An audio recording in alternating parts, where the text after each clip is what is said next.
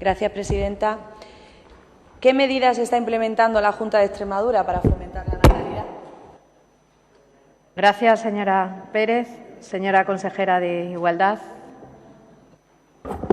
Gracias, señora presidenta. Agradezco su pregunta, señora diputada, que hoy contesto yo y que mañana podría hacerlo el consejero Rafa España, de Economía, porque, mire, la natalidad no es un problema de las mujeres y la falta de nacimiento de niños no la vamos a solucionar desde las políticas de igualdad exclusivamente. Tampoco la baja natalidad es un problema exclusivo de esta región, sino que lo es del conjunto de nuestro país. Este Gobierno está en contra de las políticas natalistas basadas en el factor económico exclusivamente, aunque se hicieran en otro tiempo, en esta Administración y también en la del Gobierno de España.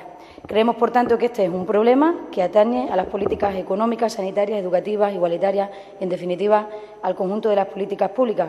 Se está produciendo un cambio social, se ha producido un cambio social y, por tanto, señorías, necesitamos articular nuevas soluciones desde distintos ámbitos, no solo desde el político y gubernamental. Gracias, señora presidenta. Gracias, señora consejera. Señora Pérez. Gracias, señora presidenta. Consejera, el gran problema de la natalidad en Extremadura es el PSOE, que sigue potenciando un modelo laboral precario, que sigue provocando que los jóvenes hagan sus maletas y se sientan obligados a marcharse y que sigue sin apostar por medidas Nos callamos reales. un poquito, por favor. No entiendo cómo se pueden reír con algo tan serio. Sin apostar por medidas reales que mejoren la vida de las mujeres y de las familias. Nos preocupa mucho el uso que durante esta semana han hecho, además de este problema, para justificar su realidad paralela o para seguir negando la mayor.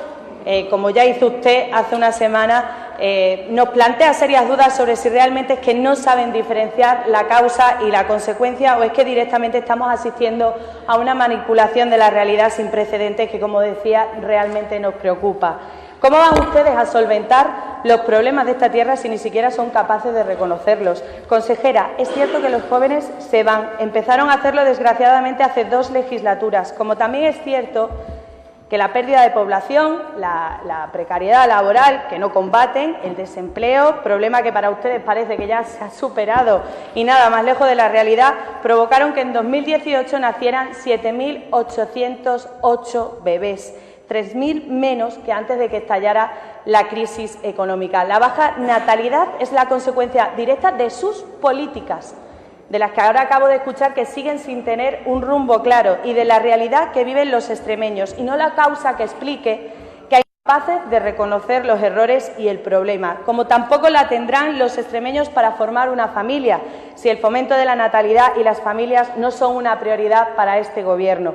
Ya han desperdiciado 4 años implementando políticas que no funcionan, que no abordan realmente el problema, que a día de hoy siguen siendo insuficientes y más si entendemos la natalidad como piedra angular para combatir la despoblación de esta tierra.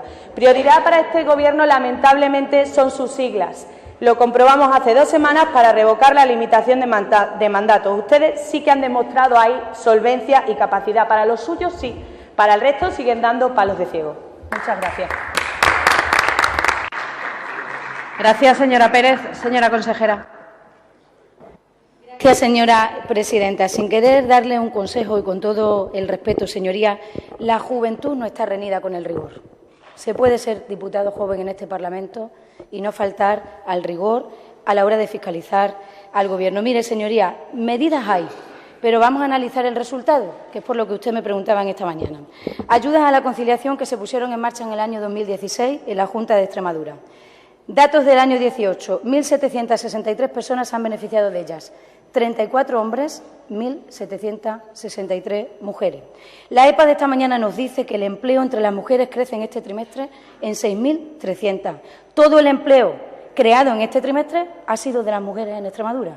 Nunca habíamos tenido tantas mujeres trabajando en el mercado laboral extremeño como en la actualidad, afortunadamente, a pesar de sus afirmaciones. Esto explica, en cierta medida, que la edad media de maternidad se sitúa en nuestra región en 32 años.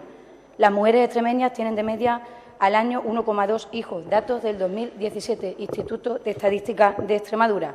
Medidas y servicios públicos que acompañan a las familias, señoría, no a las mujeres, a las familias en nuestra región y que les ayudan a tener hijos. 219 aulas matinales, 5.500 alumnos. 202 comedores escolares, 13.046 alumnos. 233 guarderías, 6.915 niños. 40 colegios rurales agrupados, 3.709 alumnos. Este es el camino.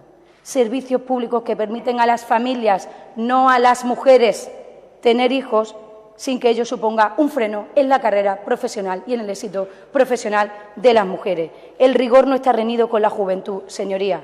Decía Simone de Beauvoir que el opresor es más fuerte cuando encuentra aliados entre los oprimidos. Por tanto, usted que trae hoy aquí esta pregunta, yo le pido un mayor rigor, un menos sesgo de machismo en sus afirmaciones y en sus planteamientos, y también le digo, aclárese, ¿usted qué piensa de las políticas de igualdad y de conciliación? Aquí, lo mismo que en Andalucía. Gracias, señora presidenta.